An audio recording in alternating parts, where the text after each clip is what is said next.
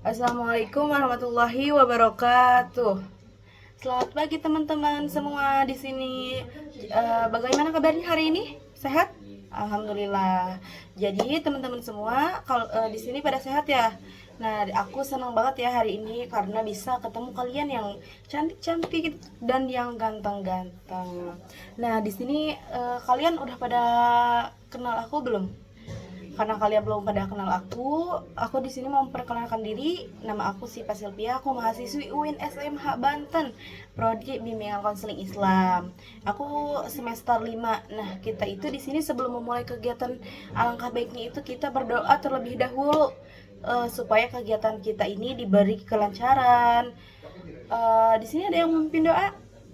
Oke, karena di sini nggak ada yang memimpin doa, Kak Siva aja yang memimpin doa ya.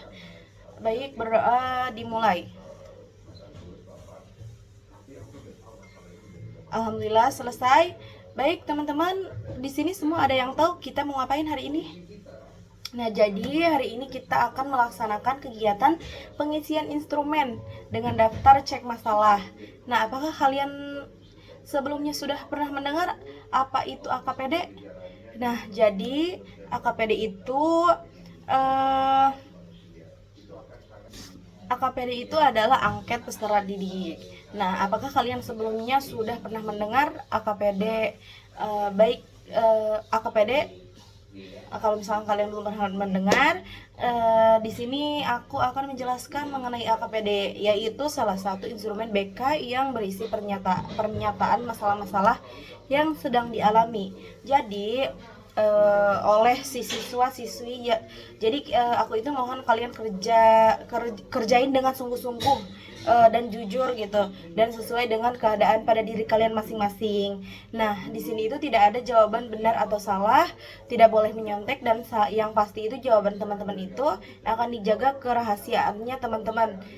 Tidak perlu jadi kalian itu tidak perlu takut dengan nilai rapat karena tidak ada kaitannya gitu.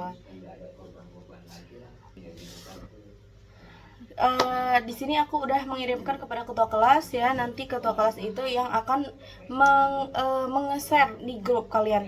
Nah, sebelumnya kalian mengerjakan instrumen, kayak dicek lagi barang-barang yang ada di atas meja kalian gitu.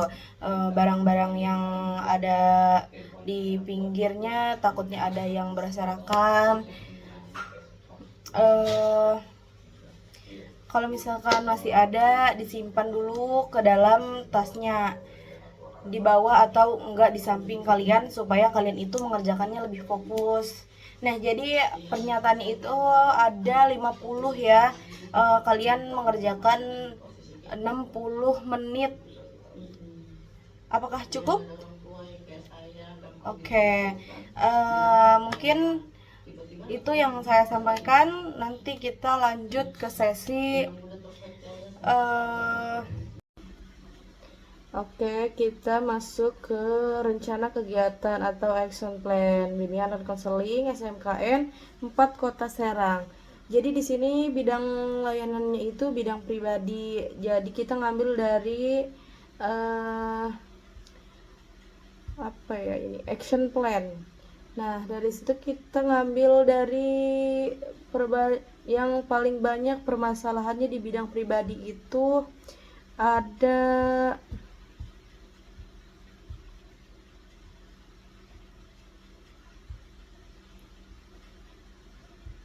apa ini. Nah, yang paling banyak itu di bidang pribadi ada 22 orang.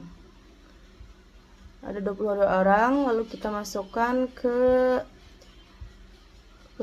tujuan layanan, yaitu tadi di bidang pribadi itu tujuan layarnya apa ya? Nah, permasalahan itu kualitas ibadah saya pada Tuhan Yang Maha Esa masih belum baik. Nah, kita masukkan ke tujuan layanan. Ini ya, dimasukkan ke tujuan layanan. Tadi di sana itu layanannya layanan responsif. Di sini strategi layanannya juga apa ya?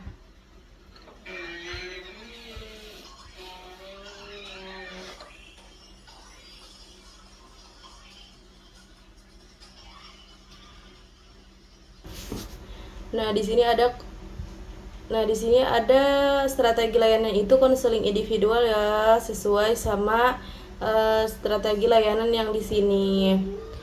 Terus kita masuk ke kelas itu kita ngambil dari kelas ini ya, apa namanya, kelas 11 di SMKN 4 Kota Serang. Jadi materinya itu adalah menumbuhkan kesadaran beribadah dan memperbaiki hubungan spiritual dengan Tuhan Yang Maha Esa. Nah, saya mengambil materi yang ini dan metodenya itu diskusi dan refleksi diri. Medianya itu ada video pendek atau motivasi religius gitu. Nah, untuk evaluasinya itu ada untuk mengetahui sejauh mana peserta didik memahami materi, berpartisipasi aktif serta menunjukkan perubahan sikap atau pemahaman setelah kegiatan layanan berlangsung. Bimbingan bidang layanan pribadi itu ada 2, yaitu yang kedua itu ada membantu peserta didik memahami pentingnya kejujuran dalam ujian dan mengembangkan sikap disiplin serta tanggung jawab dalam belajar. Yaitu di sini ada komponen layannya itu layanan dasar. Kita ngambil kayak tadi itu, jadi bimbingannya itu ada bimbingan kelompok. Kelasnya kayak tadi, materinya itu nilai kejujuran dalam belajar, dampak negatif, menyontek, dan cara belajar mandiri yang efektif. Metodenya itu yaitu diskusi kelompok. Medianya itu video pendek tentang kejujuran, lembar refleksi diri, dan papan tulis atau poster nilai kejujuran. Nah, evaluasinya itu ada observasi perubahan sikap saat ujian, berikutnya refleksi diri peserta didik serta umpan balik dari guru mata pelajaran.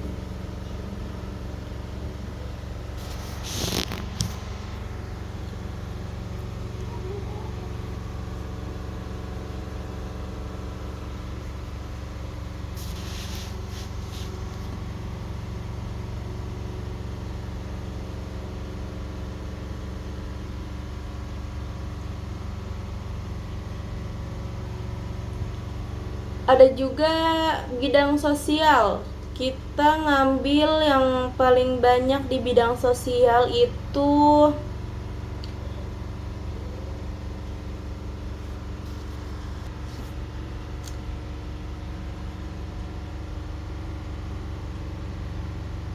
di sini ada bidang sosial. Kita cari permasalahan yang paling banyak itu di bidang sosial ada 21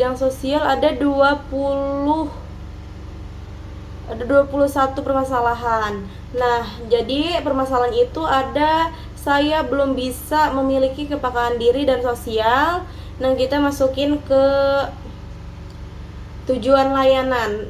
Jadi tujuan layanan di bidang sosial itu ada membantu peserta didik memahami berbagai bentuk kenakalan remaja dan mengembangkan sikap yang tepat dan menyikapi serta menghindarinya.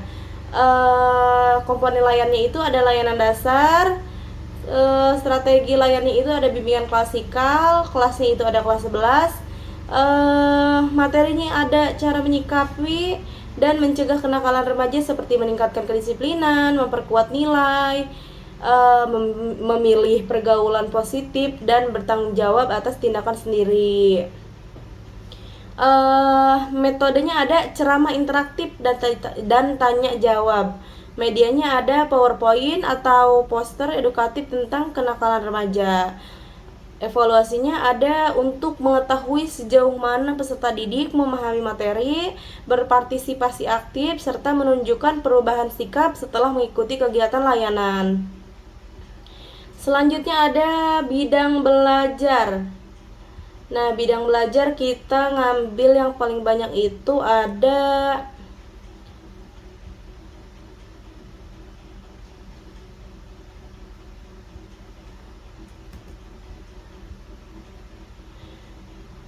Ada berapa ya bidang belajar? Tadi ada 23.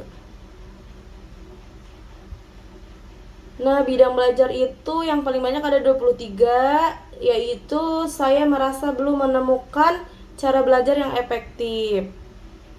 Kita masukkan ke bidang tujuan layanan belajar, yaitu membantu peserta didik menemukan strategi belajar yang efektif untuk meningkatkan hasil belajar. Di sini kita ada komponen layanannya itu.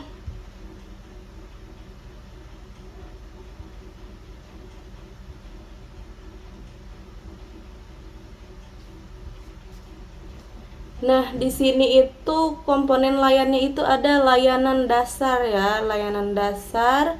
Kita masukkan ke komponen layanannya itu layanan dasar, terus strategi layanan itu bimbingan klasikal. Kelasnya itu kelas 11. Materinya itu cara menyikapi dan mencegah kenakalan remaja seperti meningkatkan kedisiplinan, memperkuat nilai agama, memilih pergaulan positif, dan bertanggung jawab atas tindakan sendiri. Metodenya itu ada ceramah interaktif dan tanya jawab. Medianya ada PowerPoint atau poster edukatif tentang kenakalan remaja. Salah baca. Nah, di sini materinya ada membantu peserta didik memahami dan menemukan cara belajar yang efektif serta mengembangkan kebiasaan belajar yang sesuai dengan kemampuan dan gaya belajarnya. Di sini metodenya ada diskusi dan permainan peran. Metodenya ada alat permainan edukatif, misalnya game strategi. Misalnya itu kayak game strategi belajar, dan evaluasinya ada untuk memahami sejauh mana peserta didik memahami materi, berpartisipasi aktif, serta menunjukkan perubahan sikap.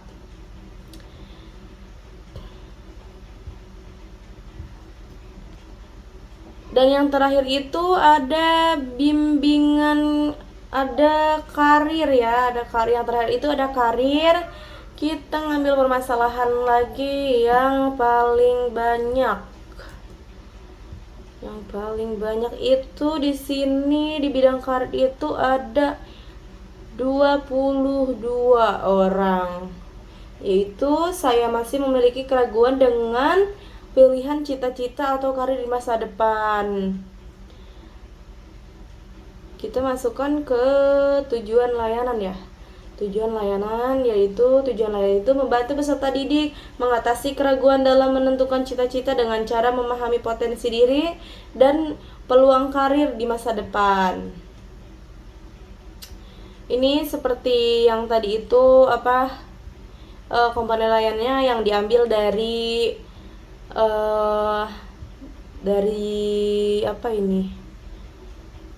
komponen layanan yang seperti tadi yang ada di hasil analisis 2 ya. Selanjutnya itu ada metodenya itu ada diskusi dan refleksi diri. Medianya ada video inspiratif tentang dunia kerja. Evaluasinya ada terhadap pemahaman dan keaktifan peserta didik serta menyampaikan tindak lanjut atau pesan akhir sebagai penutup kegiatan.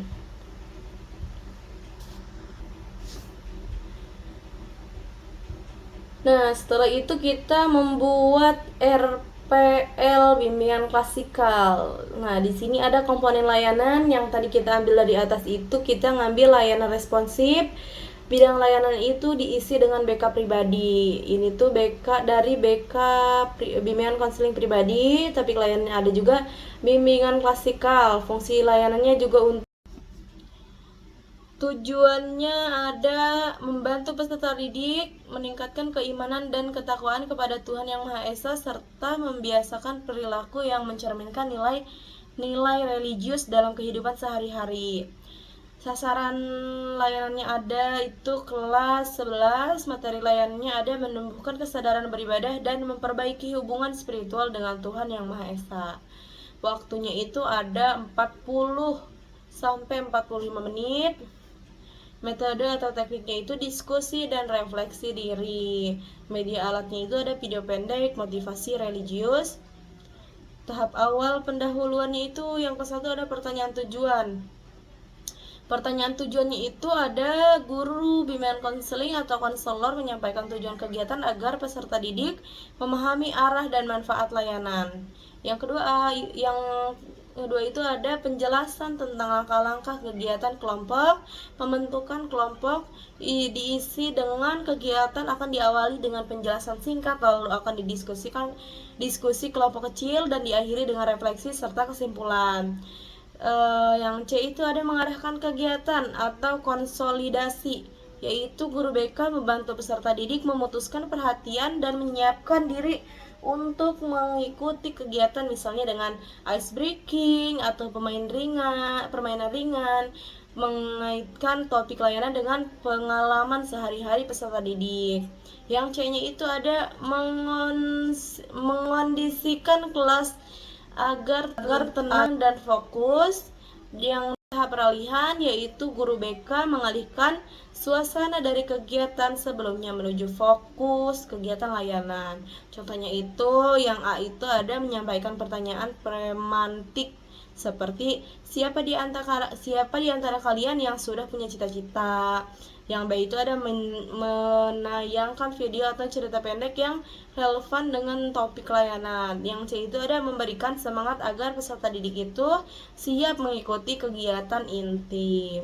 Yang kedua ada tahap inti, yaitu kegiatan peserta didik. Yang B-nya itu ada guru bimbingan konseling atau konselor. Yang A itu ada menyampaikan materi pokok sesuai bidang layanan pribadi, sosial, belajar, atau karir. Yang B-nya ada memberikan contoh, ilustrasi, atau tayangan yang relevan. Yang C-nya ada memfasilitasi diskusi dan membantu peserta didik menemukan kesimpulan. Yang ketiganya itu ada tahap penutup. Yang A itu menyampaikan pesan moral sesuai topik layanan. Yang B-nya mengajak berdoa dan mengucapkan salam penutup. Yang O-nya itu ada evaluasi. Evaluasi itu untuk mengetahui sejauh mana peserta didik memahami materi, berpartisipasi aktif, serta menunjukkan perubahan sikap atau pemahaman setelah kegiatan layanan berlangsung. Nah, selanjutnya itu ada RPL bimbingan klasikal. Komponen layanannya itu ada layanan dasar, bidang layanannya itu ada diisi dengan BK sosial. Topik layanannya itu ada bimbingan klasikal, fungsi layanannya itu untuk membantu peserta didik. Tujuannya itu membantu peserta didik memahami berbagai bentuk kenakalan remaja dan mengembangkan sikap yang tepat dalam menyikapi serta menghindarinya. Sasaran layanannya itu ada kelas 11, materi layanannya ada cara menyikapi dan mencegah kenakalan remaja seperti meningkatkan kedisiplinan, memperkuat nilai agama, memilih pergaulan positif, dan bertanggung jawab atas tindakan sendiri. Waktunya ada 40 sampai 45 menit. Metode atau tekniknya itu ceramah interaktif dan tanya jawab. Media atau alatnya itu yaitu PowerPoint atau poster edukatif tentang kenakalan remaja. Pelaksanaannya itu yang ke satu ada tahap awal pendahuluan. Yang A itu ada pernyataan tujuan. Guru BK menyampaikan tujuan kegiatan agar peserta didik ini memahami maksud dan manfaat layanannya. Dan yang B-nya itu ada penjelasan tentang langkah-langkah kegiatan kelompok, pembentukan kelompok. Isinya itu guru BK menjelaskan tahapan kegiatan yang akan dilakukan agar peserta didik ini mengetahui alur dari kegiatannya. Yang C itu ada mengarahkan kegiatan atau konsolidasi. Guru BK ini mengondisikan peserta didik agar fokus dan siap mengikuti kegiatan melalui pengarahan serta penyesuaian suasana belajar. Yang D itu ada tahap peralihan. Guru BK mengalihkan perhatian peserta didik dari kegiatan sebelumnya menuju kegiatan inti dan pertanyaan pemantik atau aktivitas penyegar. Tahap intinya ada kegiatan peserta didik menyimak penjelasan, berpartisipasi aktif dalam diskusi, melakukan refleksi, dan menyimpulkan hasil kegiatan. Yang B-nya ada kegiatan guru bimbingan konseling atau konselor. Guru BK itu menyampaikan materi, memfasilitasi diskusi dan refleksi, memberikan arahan serta motivasi, dan membimbing peserta didik menyimpulkan hasil dari kegiatan. Tahap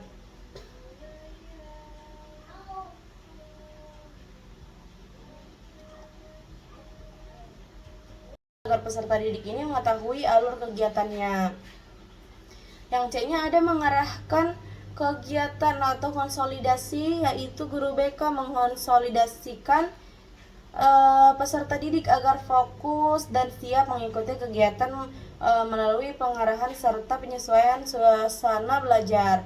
Yang D-nya itu ada tahapan peralihan. Guru BK itu mengalihkan perhatian peserta didik dari guru BK sebelum menuju kegiatan inti dengan pernyataan pemantik atau aktivitas penyegar. Tahap intinya itu ada yang ke-1 ada kegiatan peserta didik. Peserta didik ini menyimak penjelasan, berpartisipasi aktif dalam diskusi, melaksanakan refleksi, dan menyimpulkan hasil kegiatan. Yang B-nya ada kegiatan guru bimbingan konseling atau konselor. Guru BK ini menyampaikan materi, memfasilitasi diskusi dan refleksi, memberikan arahan serta motivasi, dan membimbing peserta didik ini menyimpulkan hasil kegiatannya. Dan yang terakhir itu ada tahap penutup.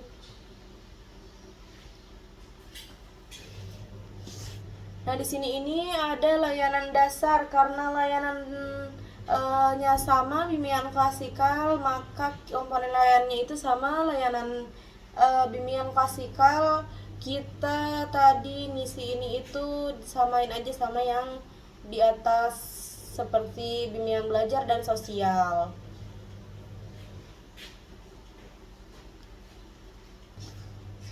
Nah, di sini ada laporan pelaksanaan bimbingan kelompok semester ganjil tahun pelajaran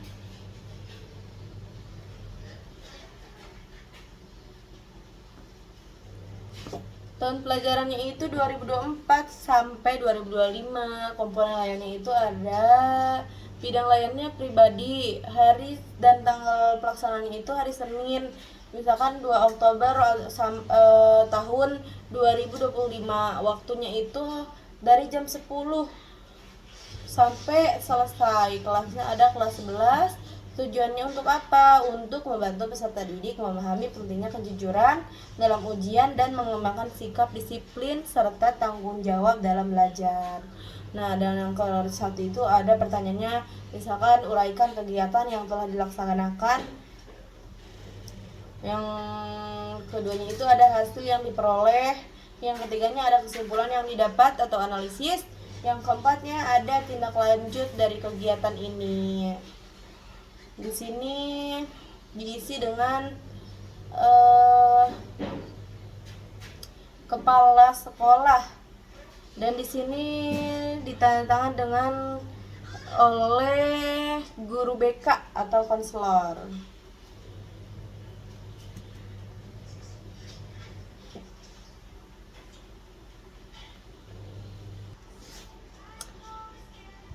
Selanjutnya ini ada program semesteran bimbingan dan konseling. Di sini ada bidang pribadi, sosial, belajar dan karir. Kalau misalkan kita tadi mengisi ada bimbingan pribadi, sosial, belajar, karir, kita contreng semua ini.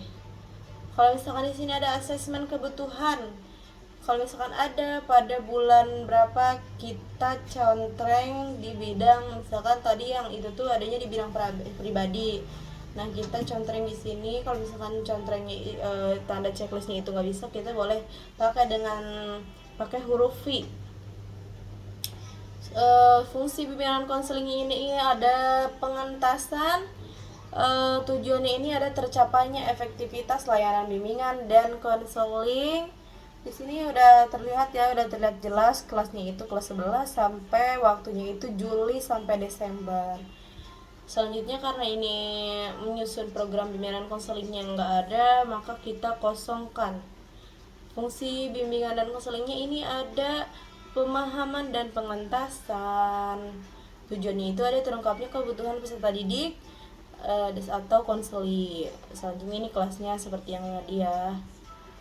Yang ketiga itu ada menyusun program. Di sini kosong juga sama kayak tadi di atas. Fungsinya itu ada pengembangan. Kita ngelihat dari promise dari aplikasinya ini, kita ngambil dari promise.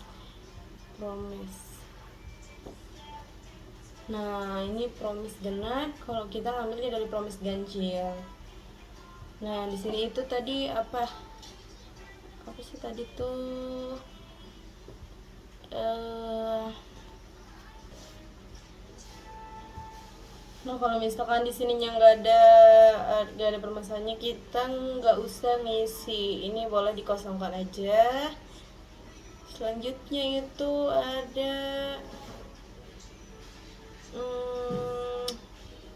bimbingan klasikal tadi ya. Bimbingan klasikal ini kita ngambil semua bidang karena emang ada di bidang pribadi, sosial, karir, dan belajar. Di sini ini fungsinya itu kita ngambil dari promes ganjil yang klasikal. Nah, kita ngambil pemahaman dan pengentasan, yaitu peserta didik komponen informasi melalui media atau tulis gitu. Tujuannya itu kita masukin ke sini ya. Ke sini juga boleh. Ini kelasnya itu dan waktunya ini sama dari atas sampai bawah itu sama karena kita ngambil dari kelas 11.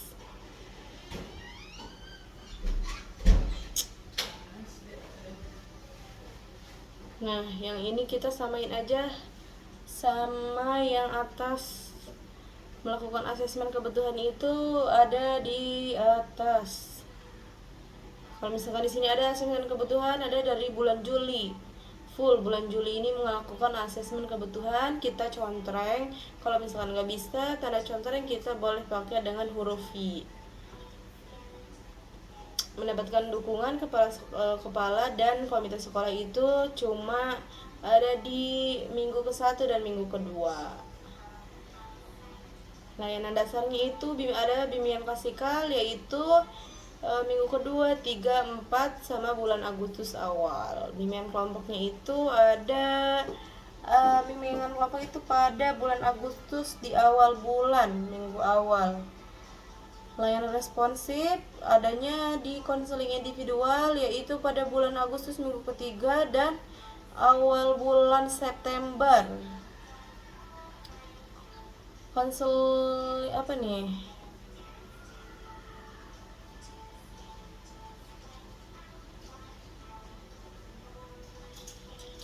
Konseling kelompok. Konseling kelompok itu ada di bulan Agustus minggu kedua dan di bulan September minggu kedua. Referral itu ada pada bulan September pada minggu ketiga. Konsultasinya itu ada pada konsultasi pada bulan ini minggu ketiga bulan Agustus ya. Jadi yang kelima itu ada bimbingan teman sebaya, ada pada bulan September awal sama minggu kedua. Konferensi kasusnya itu ada di pada bulan Juli Agustus, ada di bulan Agustus pada minggu kedua. Kunjungan rumahnya itu ada pada bulan Agustus minggu ketiga.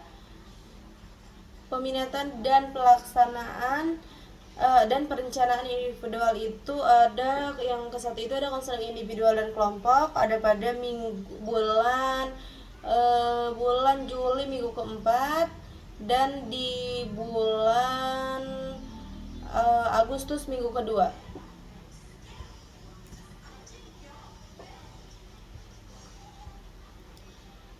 Selanjutnya itu selanjutnya ini ada penelitian dan pengembangan. Nah, bukan. Dukungan sistem. Dukungan sistem ini ada pada bulan Agustus minggu awal, dan kita kalau misalnya di sini nggak ada yang keisi boleh dikosongkan. Selanjutnya ada penelitian dan pengembangan, yaitu pada bulan apa ini ya, bulan September minggu ketiga. Dan selanjutnya ada akuntabilitas, yaitu evaluasi proses pada